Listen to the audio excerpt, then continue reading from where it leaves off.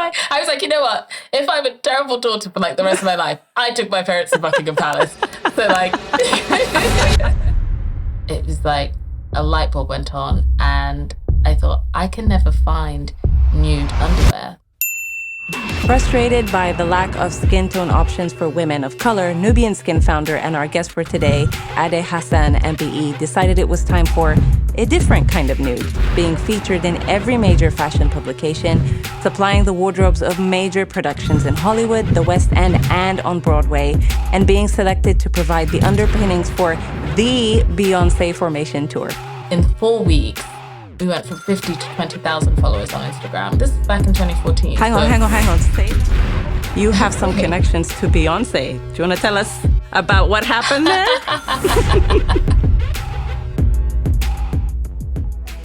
Welcome to Daring Forward, where we feature ordinary women doing extraordinary things and learn practical lessons and action steps to help you live courageously. I'm your host, Sahar Twesijay. Now, if you're ready, let's dare forward. What if starting a business could open doors and opportunities beyond your wildest dreams? If you think that is too good to be true, then I'd love to introduce you to today's guest. We talk about how to validate your idea and fund your side hustle, the behind the scenes of going viral, celebrating the small wins, and competing with massive retailers as a small business. Frustrated by the lack of skin tone options for women of color, Nubian Skin founder and our guest for today, Ade Hassan MBE, decided it was time for a different kind of nude. Nubian Skin has had an outsized influence on the fashion industry, with many other parts of the industry realizing the need to be more inclusive. Testament to this are the milestones the company has achieved, such as being featured in every major fashion publication, supplying the wardrobes of major productions in Hollywood, the West End, and on Broadway, and being selected to provide the underpinnings for the Beyoncé Formation Tour. In 2017, Ade was awarded an MBE at Buckingham Palace for services to fashion. The award was made recognizing Ade's commitment to her mission to redefine nude and the impact she has consequently made on the fashion industry. Before we jump back into today's episode, I have a quick announcement for you. If you want to automate getting traffic, building your email list, and making sales, then I've got just the thing for you. I've got a brand new workshop for you guys called Pinterest Traffic on Tap, where you'll learn the 7 strategies every creative entrepreneur should know. It makes it easy for you to save hours of your time by creating a streamlined content creation workflow so you can automate getting traffic, building your list, and making sales with Pinterest. Now, I get it. If you've been hustling endlessly and wasting time on creating content that doesn't engage or convert into sales, then this is exactly why I created this workshop for you. Now, here's exactly what you get when you sign up for this workshop. You'll learn the 3 rules of making content that sells on Pinterest, creating viral idea pins decoded, the number 1 secret to designing pins that convert, the Pinterest Keywords Insider's Guide, Pinterest profile mistakes and how to avoid them, the proven Pinterest workflow system where we use AI and automation to streamline everything. And finally, you'll learn Pinterest Analytics Explained for creative entrepreneurs. Now, the total value of this workshop is £99, but the price for today is only £7. So at this point, you might be thinking there has to be a catch, right? But I promise you there's no catch. I am simply doing this because I want to help as many creative entrepreneurs get started with Pinterest marketing and avoid burnout. All you need to do is register and you can get started right away. Now, this workshop offer can't last forever, so I want to encourage you not to wait. And if for any reason you don't love it, I'll refund your money and you could still keep access to the workshop and get value from it in the future. So why wait? Start learning how to automate getting traffic and building your email list and making sales with Pinterest. Simply click the link in the show notes to get instant access. What were you doing before you started Nubian Skin and how did the idea come to you? So my career path had been pretty straightforward.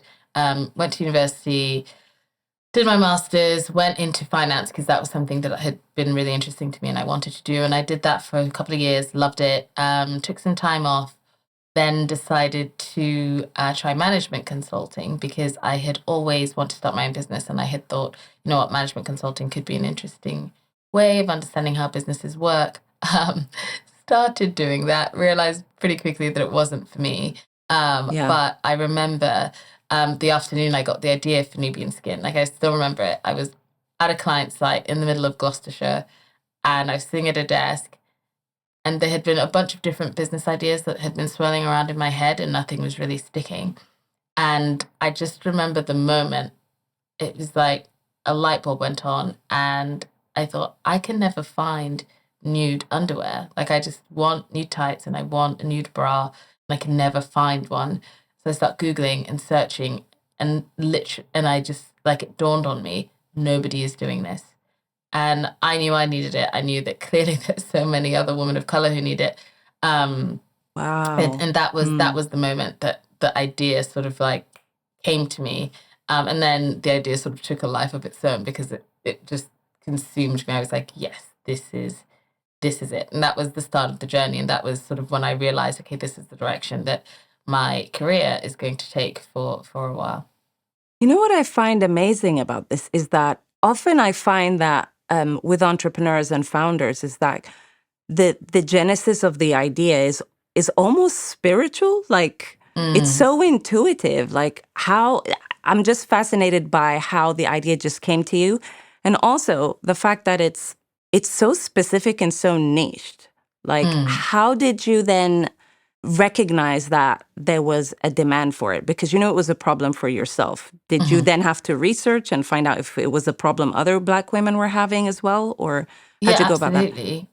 So I obviously started, well, one, I was like, this can't be true. I was like, because it was a product that I wanted. And so I just kept looking and searching and literally nothing.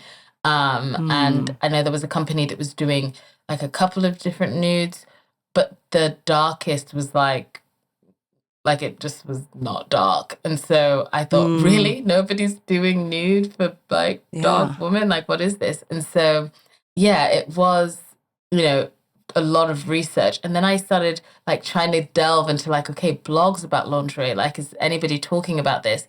And I remember coming across this campaign and I think it was like something about like, what's my nude or where's my nude? And it was a Black woman in America who had been, she had the same frustration and she was sort of like, it was a whole story about how she was like trying to campaign companies and shops to carry a nude that matched her skin tone, but they couldn't because it didn't exist, right? So, right, okay. So yeah, that was like a really big thing, was just doing a lot of research and saying, okay, is this actually, does this product just really not exist? And are there other people who were asking for it? And then there were, but there wasn't anybody providing it. Okay, so you then definitely validated your idea through your research. So then how did you come about with starting? What did that process look like? I imagine it must have been really tricky. So that process took a little bit longer than I had anticipated. I was used to, so first of all, I knew I would need capital, right? I'd need money to start the business. So I decided, you know what, I'm not enjoying consulting. This isn't something that I want to spend my time doing.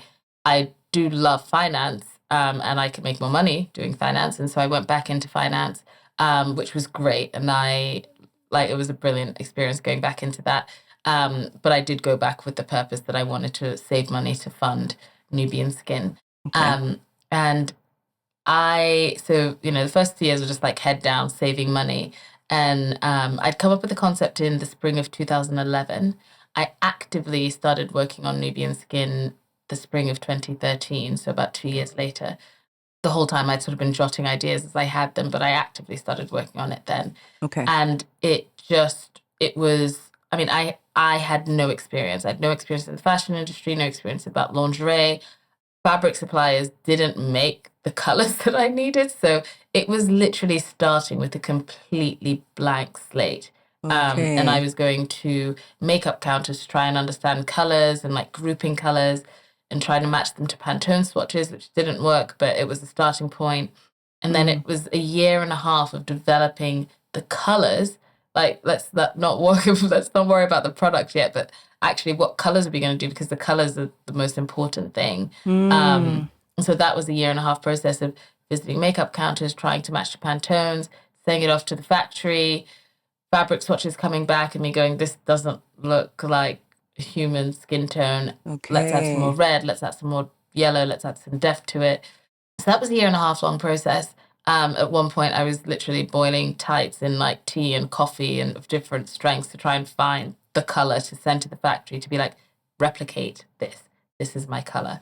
Wow. And so, yeah, that was, the beginning of the colors. And then it was, how do I find a manufacturer? And like, I don't have contacts in this industry. And when I would try to search online, I wasn't getting anywhere. So hired a consultant who sort of coached me a little bit on how I find the industry and how to go to trade shows to sort of understand suppliers and manufacturers. So it was a lot. It was a process. It was a process.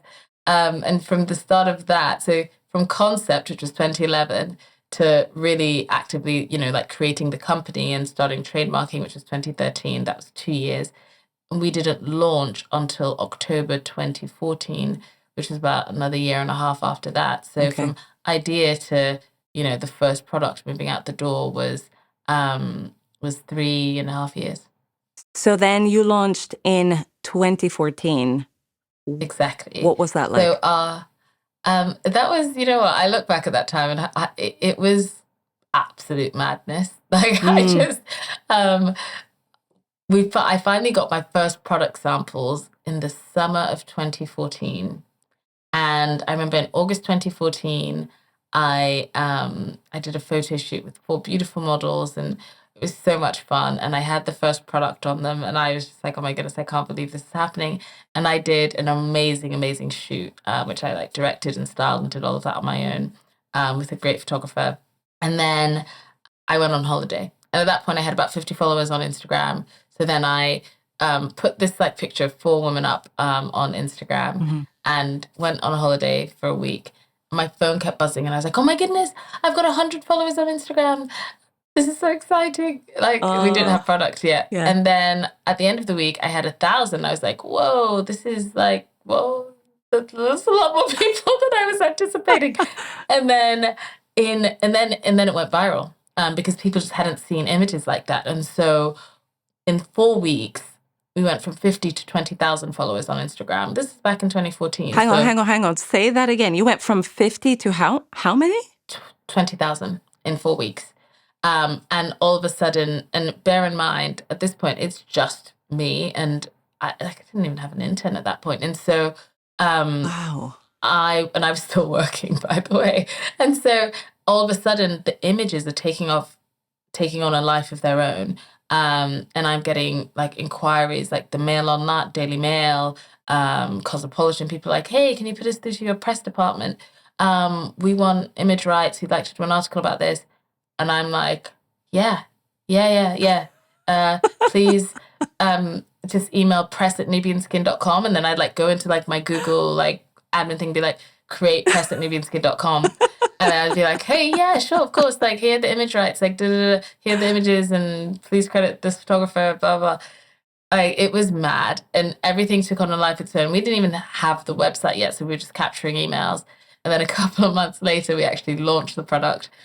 And I just remember that time being this insane whirlwind of, like, being so excited because people cared, being absolutely terrified because I was like, people think I'm a big company and it's just me. I think at that point, I think I'd hired, like in September, I hired an intern. So it was amazing. It was a really amazing period of just like, learning to it's like sink or swim, like desperately trying to tread water. FYI, if you want to learn how to start your own business from someone who's already done it, Ade is sharing her Zero to Launch framework for starting your business along with her 8-part toolkit. To access the private training and download the toolkit, click the link below if you're watching on YouTube or in the show notes if you're listening to the podcast. That is incredible. So all of this was happening while you were working. Now, how did that transition period look like, and how did you transition from it being a side hustle to quitting and doing it full time?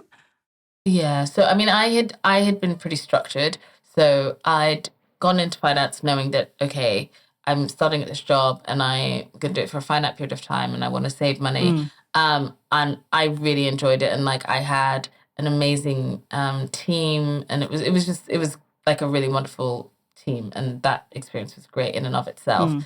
And I remember this summer, so that must have been about June, July of 2014, I'd had a word with the head of the team and said, hey, listen, I've got something going on and I would like to, like, I'm going to completely focus on my clients. Like, they won't know that I'm, not in the office full time, but would I be able to, like, work 50, like, be in the office 50% of the time and I'll never ever drop a ball on anything. And he said yes. And so that was like amazing. And so I could sort of like have a little bit more flexibility because things that summer started like heating up and I just had to run the business. Yeah.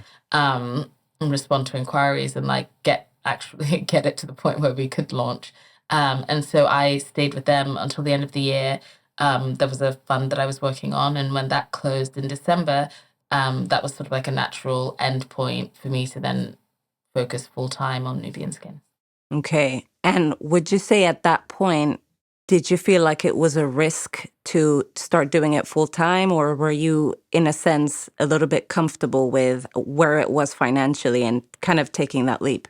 Oh, I mean, it was still a massive risk because, I mean, at that point I wasn't even paying myself. I mean, I had savings because I thought ahead, but like I wasn't paying myself and, it was a fledgling business.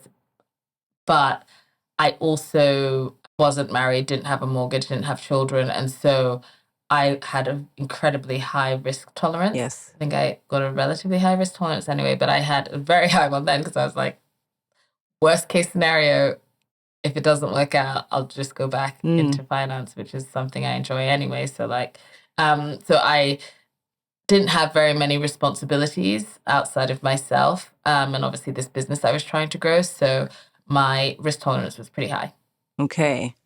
So what did the next phase look like after launching? What was the growth? And then, talk about all the things from scaling and getting more sales to building a team. Like, what did all of that look like?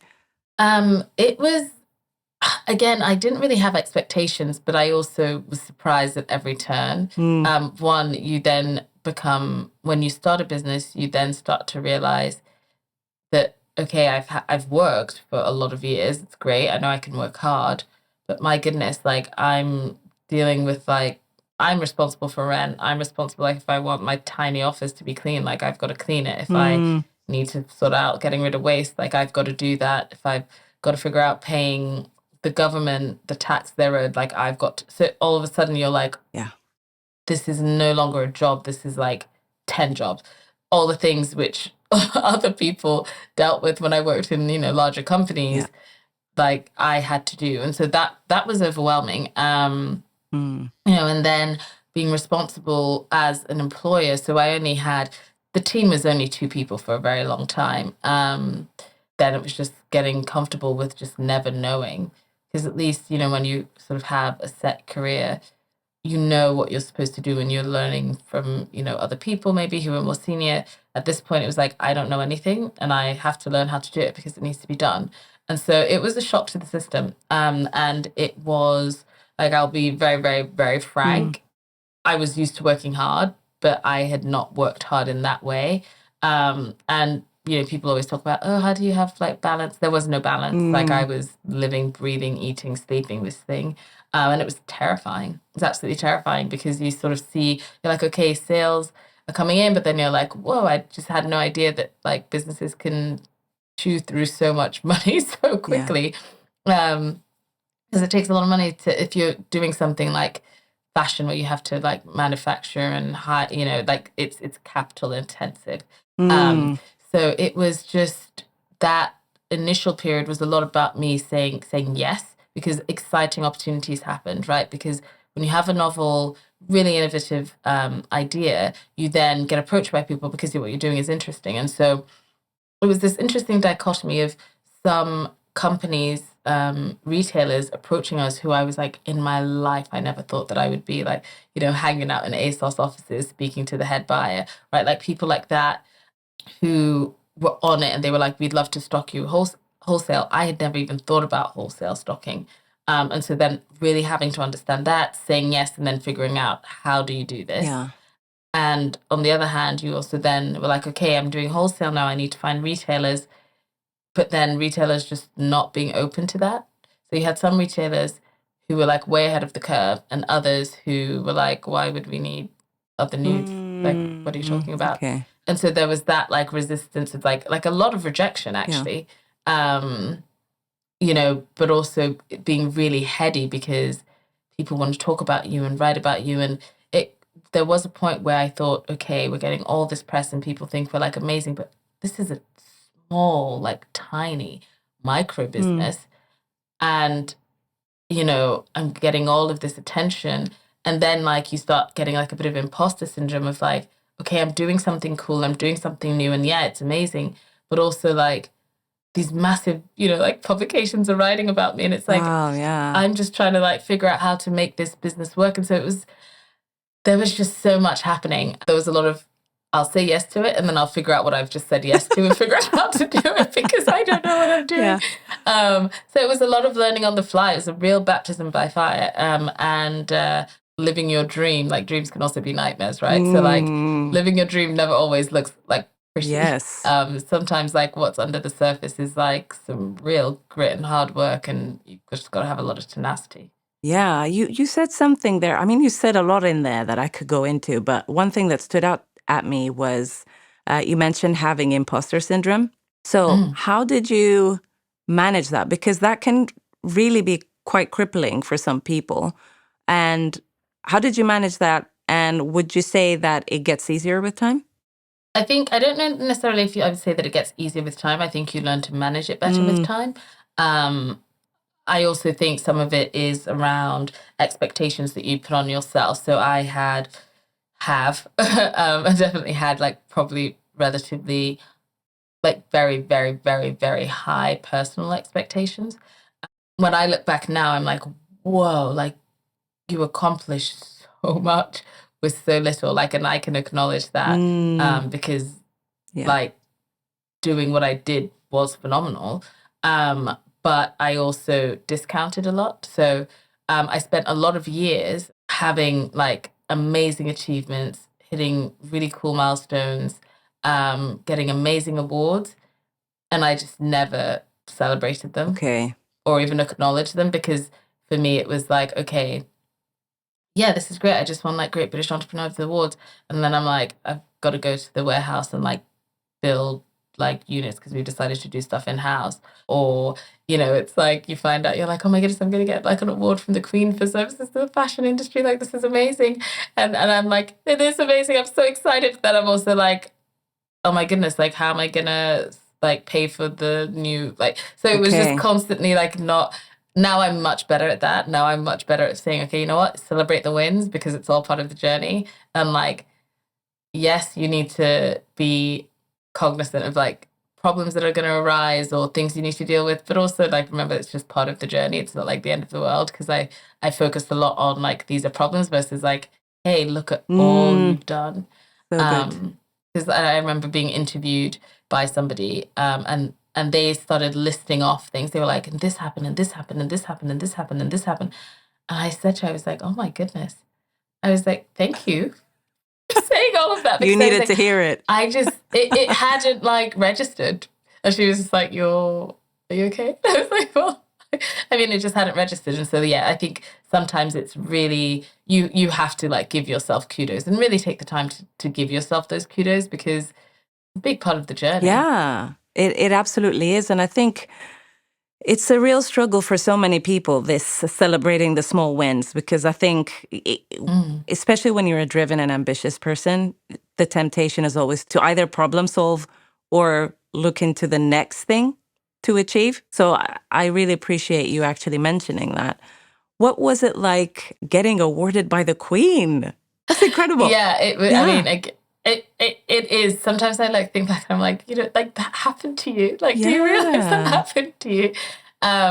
It was really lovely. I had remember that was in 2017, and I'd been having just like, it was a tricky period because we'd like tried a bunch of different stuff as far as manufacture. We changed the way we manufactured. We changed the way we were distributing things, and so there was just like a lot of things that were happening, and so I felt like I was always stressed. And then I remember taking this like a short mini break with my husband and a couple of friends. And my sister was over at my parents' flat and like some post had come in for me. And she was like, oh, you've got something here and it's saying like Her Majesty's like whatever. And I was like, oh, so the tax service here is called Her Majesty's Yes, Revenue and yes. Customs, right? And so I thought that I was like, oh, okay, it's Yeah. HMRC. They've been sending me letters telling me that my annual return is overdue. That's like my personal taxes. And I was like, oh, rubbish. I was like, can you just open it and tell me what the fine is? Like, I'll deal with it when I get back. And she opens it and she's like, OMG, OMG, OMG, OMG. And I was like, oh my goodness, it can't be that high of a fine. Like, it's not that late. Like, just, and then she sends me a screenshot of like a picture. And it's literally like, you have been nominated to receive an MBE for services to fashion. I remember I was in Mykonos airport and I burst into tears. Oh. Because I was just like, it had, like we'd gone on that trip because I was just like, okay, I'm really stressed. Like I just need to like decompress and like have some time away. And then like, obviously then I'm like, oh, and on top of this, like I'm getting fined for not filing my taxes on time. And then like you get that. And I was like, my brain was just like, I cannot compute cue tears. Like, but it was just, and I remember it was that phrase, services to fashion. Being somebody who's like an outsider with no experience, with no connections within the industry, and like having something like that saying the impact that you made through your idea and your company is a service to the fashion industry. I was like, wow. So that was, so that, I mean, and then you can't talk about it. It's embargoed for like another, I think it's like embargoed for like another, for another fair few months. That's really hard to do. Like that is like... Yeah. So obviously my sister knew, but then like, and my husband knew, but like I couldn't tell anybody else. Like not even my parents. My dad would start talking about it to everyone he knew if he knew. So, but yeah, when it then got announced, it was just, that was a really lovely feeling. And that was one where I did celebrate. Yeah. I mean, maybe not to the extent I should have, but I definitely celebrated. And you get like, you go to Buckingham Palace and, you're awarded with like all these other really cool people. And I got to take my parents and they wore their beautiful traditional Yoruba like outfits. And I was like, I was like, you know what? If I'm a terrible daughter for like the rest of my life, I took my parents to Buckingham Palace. So like, it was beautiful. So good. Beautiful. Really so lovely. To everybody watching, the next time you get a HMRC letter from the tax guys, just keep an eye out. Oh my gosh, that is amazing. Wow. Okay. So let's shift the conversation to maybe some of the hard things that you faced in your journey. With a product like yours, I imagine that people might have other companies try to copy what you're doing. Like, tell me about that. Yes. And that was something which for quite a few years just caused me severe anxiety. So we're a tiny, tiny business. Obviously, the colors are completely proprietary, as in like I created these colors. Were the colors like, was that the trademark patent? Like, how do you protect that? It's very, very hard to protect a color. But like they were colors that I created, so they don't exist in like a Pantone book or anything like that. So essentially the only way to get the color is to copy it. Send it off to a factory and copy it. Especially around, I'd say 2017. So there's probably about like 2 to 4 years after we launched, we then would get orders. We'd get orders and sometimes it would be very blatant, i.e. head of product development, X company, or, and they've ordered all of our colors. And these are like huge companies.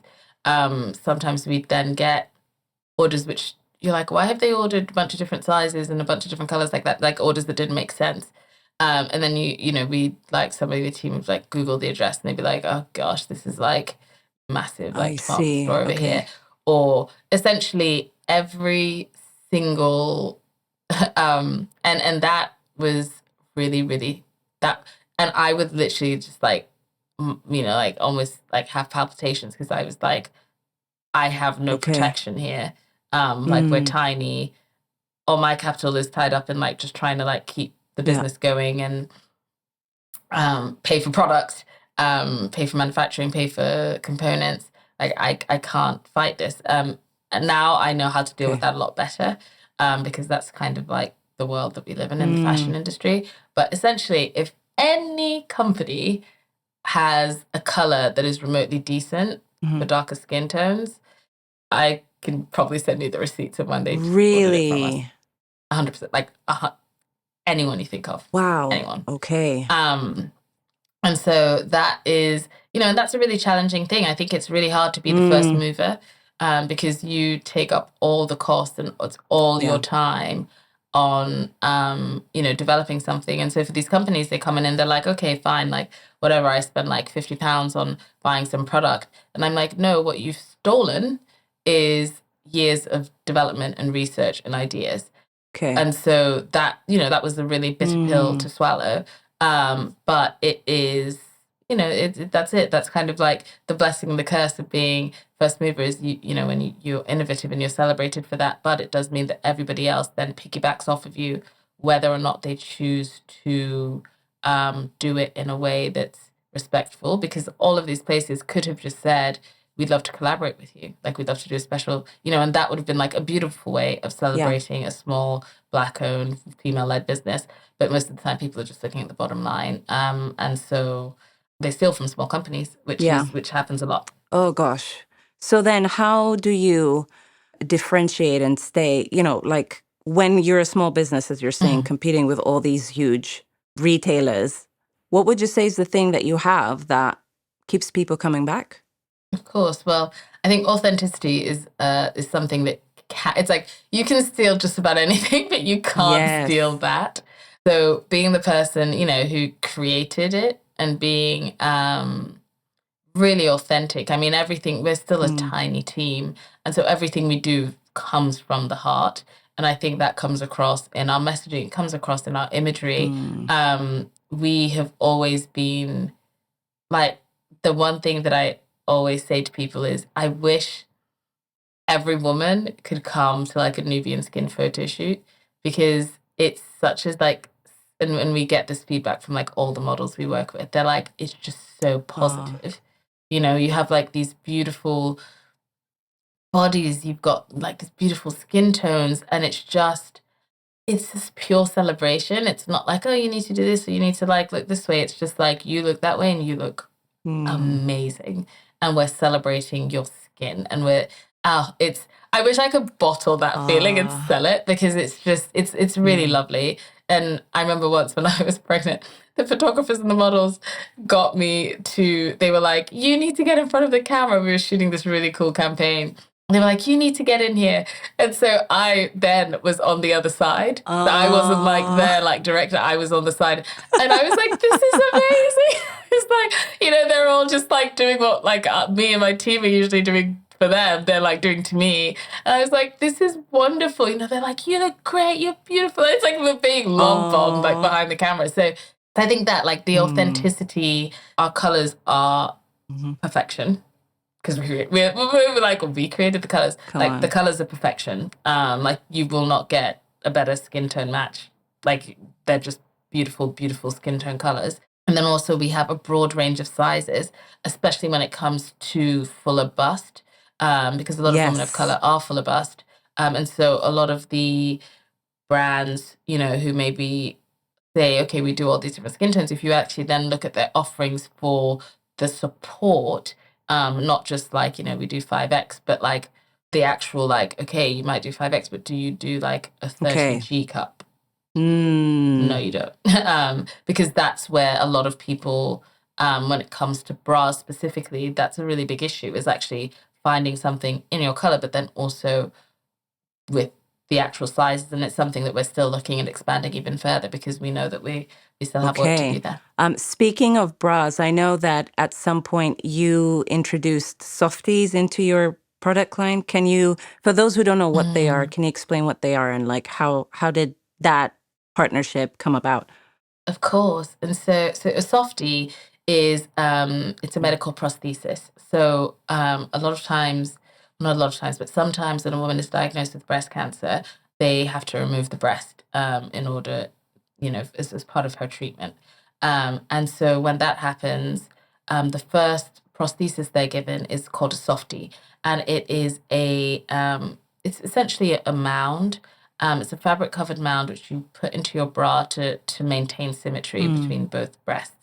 And sometimes a lot of women just use that as opposed to getting reconstructive surgery or using the heavier, denser, more permanent prosthesis. A lot of them will just choose to use a softie for the rest of their life. But it is that first thing you're given after the surgery to help you sort of like feel whole again. Oh, goodness, it must have been about 2 years ago. I was approached by an amazing doctor called Natalie Johnson, and she works at the Royal Marsden, which is a huge cancer institution here in the UK.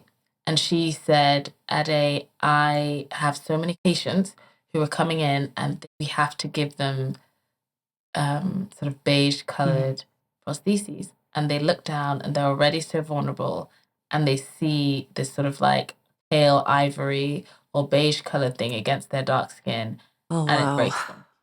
And she's like, and I've reached out to the providers of these softies and nobody's come back to me. Can you help? I have no medical knowledge or experience, but I was very similar to when I started. I was like, absolutely, we'll figure it out. Like, I'll do it. And so then the Royal Marsden, my team did a bunch of work in developing softies and like the colors and and the shapes. And then she submitted it to the Royal Marsden. They had this sort of innovation den and they said, absolutely, we'll fund this. It was a pilot program. And so we did it. We did a small pilot program of creating these softies in our 4 colors. And I know for me, like I've lost an aunt to breast cancer and I have an aunt who's survived. In my team, one of my team members has a grandmother who's had a double mastectomy. And so it was a very personal thing for the whole team. And I remember speaking to Sarah Adoma, who was the breast care lead nurse at the Royal Marsden, who was working on the project, and she'd done a bunch of research around, it being part of care and well-being for patients. And she just said how amazing it was when she was finally able to offer them, the patients, something that matched. Like, it just made such a huge difference for their well-being and their care. And so that is what a softie is. Sorry, I could talk about it all day. It's a really, really cool project.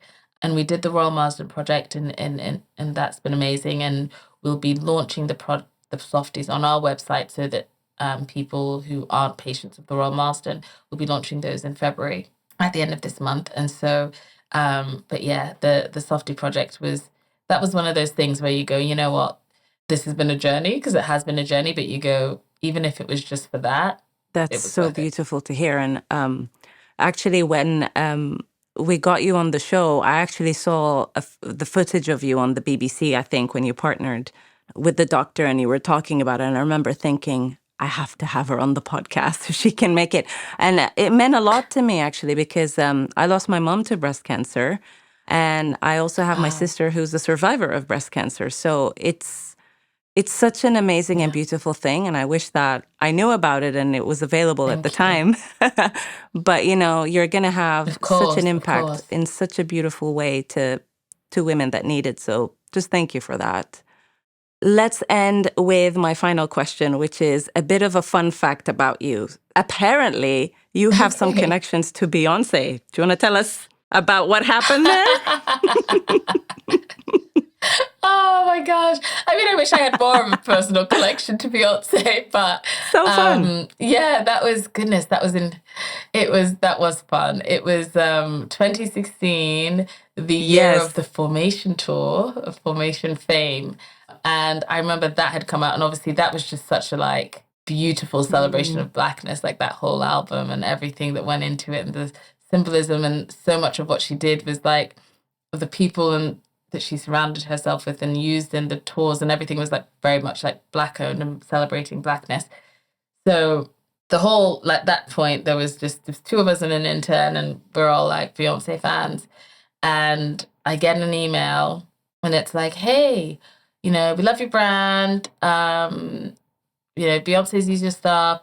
We'd love for you to like supply stuff for the Formation Tour. And I was like, delete. Clearly that's a scam. I was just like, that's a scam. Like somebody's just trying to like, I was like, this is just like, things like that don't happen, like whatever, so let's move on.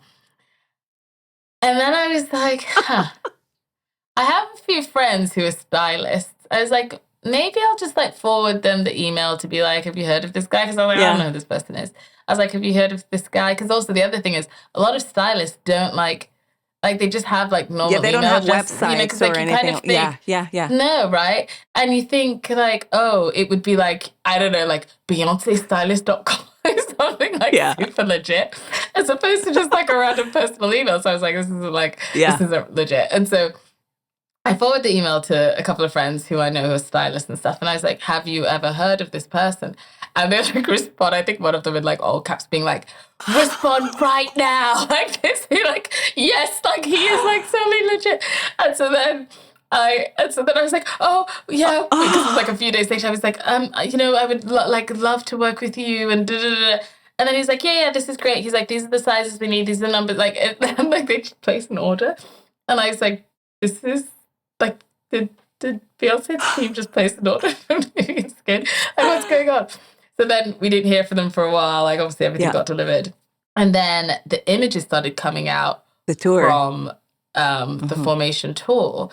And it sort of, I was like, because there were so many things that were sort of like cut out or most of her dancers are black. And so they were like cut out or like just things where they would have been exposed. And I'm looking at it and I'm like scrolling in, like looking at pictures of Beyonce and I'm like, so I downloaded a bunch of the pictures and I sent them to and I'm like, I was like, is this what I think it is? And he's like, 100%. I was like dying. Like we were just, that was really, really, really cool to be involved in that. That is amazing. Incredible. I can only imagine the emotions. Oh my goodness. Like, I love how things just happen to you. Like these wild, like the Queen just reaches out. Then Beyonce just reaches out. Like, I'm eagerly waiting for the next one. You need to share that with us. I mean, we'll see. But yeah, that was cool. And also, I didn't get tickets. To the show. And so then in London, her wardrobe, the wardrobe mistress was like, oh, we need like a top up of some stuff. She's like, oh, are you coming to the show? And I was like, I didn't get tickets. She's like, I'll send you. So you got to go? So then I got 2 free tickets to the show. I was like, this is great. I mean, I'm so glad that you didn't get to pay for it like you were. Yeah, that's awesome. Well done. That's fantastic. Oh my goodness. All right, we're going to wrap up the show. So Ade, we have a game that we like to play at the very end called Give Me Three. And you're supposed to speak before you think. Okay, you ready? So I'm going to ask you one question at a time. So 3 questions. Speak before you think and give me 3 answers to each question. Yeah? Oh, goodness. Ready? Okay. Try. Give me 3 signs you aren't ready to become a parent. I am a parent. Well, now you know what it takes to be one. So 3 signs you're not ready. Oh, right. Yeah. Okay, 3 signs you're not ready. You can't get out of bed early. You're not able to feed yourself because you'll need to feed your child like all the time. And you still are enjoying going on holiday at the drop of a dime. Like, that's a hard one. That's a hard one to get over, man. Okay. Give me 3 ways to get out of the friend zone. How did you bag the husband? Tell us all. Well, interestingly enough, my husband is the one who got out of the friend zone, so he's probably giving you these answers. But I would say, 1, just make a move. Make the move. Make a move. Make the move. 2, be persistent. Not in like a crazy way, but just like be present. Not persistent. Be present. Because like sometimes it's just a matter of time. Okay. And then be an optimist because you gotta have some hope. That's good. I like be present because it can take time. Solid advice. Took 7 years. 7 years. 7 years for you guys. 7. Yeah. Oof. So he was very present. Well done to him, honestly. Give me the 3 worst ways to propose. Oh, honestly, those people who like do stuff, you know, like in public, where they've like they're like, will you marry me at like a massive like football match? Like terrible. Okay. Like that's like, don't do it. You have to be super confident. That's it. That's it. I can't come up with 3. That's just like the worst thing to me. Don't propose at a public game 3 times. Okay, well, thank you so much, Ade. Before you head off, can you tell everybody who's either listening or watching today where they can find you and Nubian Skin? And do you have anything that you're launching at the moment that you can tell everybody about? Well, you can find us at nubianskin.com. That's our website. And all of our handles on social media are at Nubian Skin. So whether that's on Instagram, Twitter, Facebook, Pinterest, it's just at Nubian Skin. And at the end of this month, I know we talked a lot about the softies. We're going to be launching them so that they're available to individuals. So the pilot program has now ended and it was a success. And so we'll be launching those so individuals can buy those on our website. So that's something that we're really, really excited to be able to provide for people. Amazing. Well, I am so glad you've come on the show. You have been an absolute joy. I'm so honored to have you bless us with your presence today. Thank you. You're so Thank kind. you so much for today. Thanks for having me. One last thing before you head off today, don't forget that you can access Ade's exclusive Zero to Launch training and 8-part toolkit below if you're watching on YouTube or in the show notes if you're listening to the podcast. Thanks for tuning in today. All the resources mentioned in the show are linked below if you're watching on YouTube and linked in the show notes if you're listening to the podcast. If you've enjoyed today's episode, then I want to invite you to help us spread our message by choosing one of 4 ways. 1, subscribe to the YouTube channel or the podcast. 2, leave a review if you're listening to the podcast. It really helps. 3, let me know in the comments below what the key takeaways were for you in today's episode. And 4, share this episode with one friend who could use a little bit of courage today. And if you want to binge our episodes, may I suggest you watch this episode right here if you're watching on YouTube. That's it. Until next time, don't forget to live courageously and dare forward.